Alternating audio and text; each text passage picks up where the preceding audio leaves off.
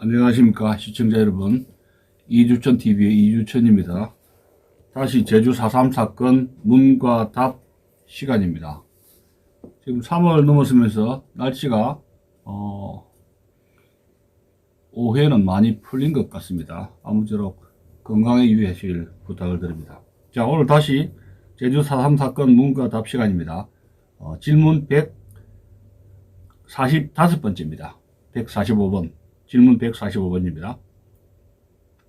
제주의 신들러 김익렬이라는 호칭에 동의하시나요? 이런 질문입니다. 제주의 신들러 김익렬, 이런 호칭에 동의를 합니까? 답변은 2011년 4월 21일 KBS 제주방송국에서 제주의 신들러 4.3의 의인 김익렬 장군이라는 특별좌담을 2번이나 방송했는데, 김익렬이가 제주의 신들러 또는 4.3의 의인이라는 호칭에 절대 동의할 수 없고, 제주 4.3 평화기념관 전시물에 의로운 사람 제1호로 김익렬을 내세운 것도 가당치 않으니 당장 시정해야 합니다.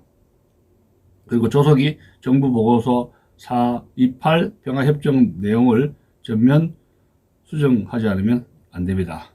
이런 것이 김영중 고문님의 입장입니다. 여기 지난번에 신들러 영화가 나왔었죠. 유대인들의 2차 대전 때 도군의 대량 학살을 당하려 했던 그 유대인들을 구한 이름이 그 신들러라고 영화가 나왔지 않습니까? 저도 감동 깊게 보았습니다. 근데 김익렬이가 과연 제주의 신들러였는가, 의인이었는가, 저는 여기에는 동의하지 않습니다. 왜냐하면 제주 4.3을 일으킨 사람들이 반란 폭동 세력인데, 그 사람들을 어떻게 구출한다는 것이 어떻게 의인이 될 수가 있느냐는 이야기입니다. 건국을 반대하는 세력인데 어떻게 그런 사람들을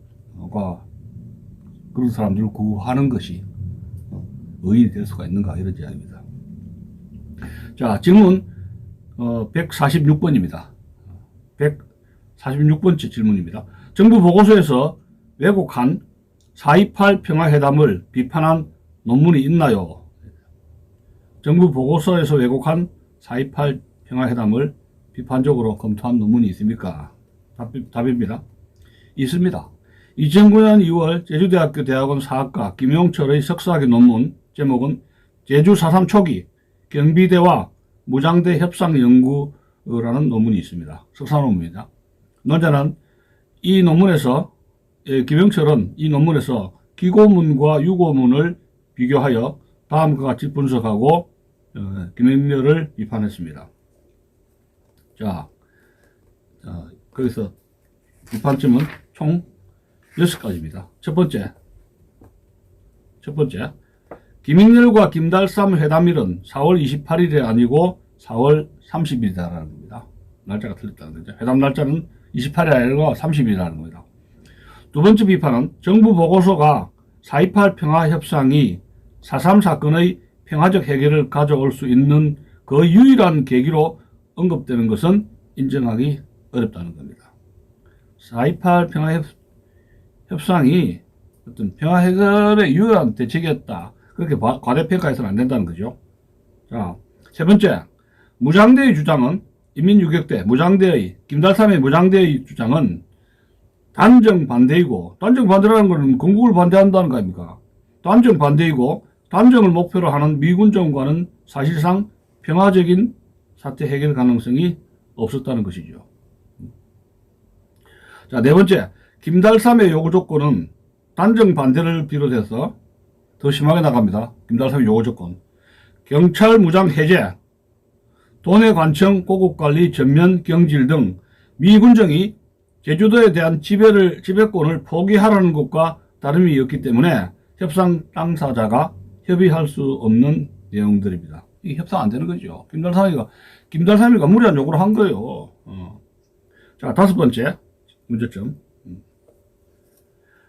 미군정은 김익렬의 생각과는 달리 이미 일관된 강경 진압 방침을 가지고 있었습니다. 4월 17일 경비대에 진압 명령을 하달했고, 20일에는 부산 주둔 오연대 1개 대대병력을 충원받았으며 27일부터 29일까지 강경 진압작전을 수행했습니다. 미군정은 협상 합의가 불분명하기도 하지만 상황을 반전시켜야 하는 시기도 아니었기 때문에 굳이 강경 진압 명분을 만들기 위하여 오라리 방화 사건을 굳이 조작할 필요가 없었다는 겁니다. 즉 오라리 사건은 4.3 사건 당시의 많은 사건 중에 하나일 뿐이라는 겁니다. One of them이라는 것이다. 자, 6번째 비판점입니다. 4.3 사건 발발부터 5월 1일까지 많은 사람들이 죽는 피해가 발생하던 상황에서 굳이 사건을 조작하면서 강경 진압의 명분을 만들어야 할 필요는 전혀 없었다는 겁니다. 이것은 매우 정확한 분석 논문이고 김영준 고문도 전적으로 동의했습니다. 자, 이 문제는 다음 항 정부 보고서 비판에서 제로를 하겠지만 4.3 정부 보고서 집필진들은 김인열의 기고문을 무시하고 신빙성 없는 유고문만을 맹신 인용하여 자신들의 시각과 일치하는 결론을 내린 후 여기에 미군정과 경찰의 모든 책임을 뒤집어 씌우는 비열한 행태를 보이고 말았습니다. 그러므로 날조 왜곡된 정부 보고서뿐만 아니라 이에 근거한 제주 4.3 평화공원 전시물도 조속히 지정 철거되어야 합니다. 정부 보고서 책임 집필자 수석 전문위원인 양저은에게 왜 김인열의 기고문과 유고문을 교차 검증하지 않고 유고문만을 근거로 정부 보고서를 썼느냐고 지적을 했으나 명쾌한 답변을 듣지 못했으며 4.3 사건 전반에 대해 무제한적 토론회를 갖자고 제의하였으나 이마저도 워낙 의견 차이가 있어서 라는 이유로 응하지 않았고 제주 4.3 희생자 유족 회장들도 필자의 제안에 나 혼자 결정할 수 없는 일이라고 하며 현장을 떠난 이후 여태까지 아무런 소식이 없습니다.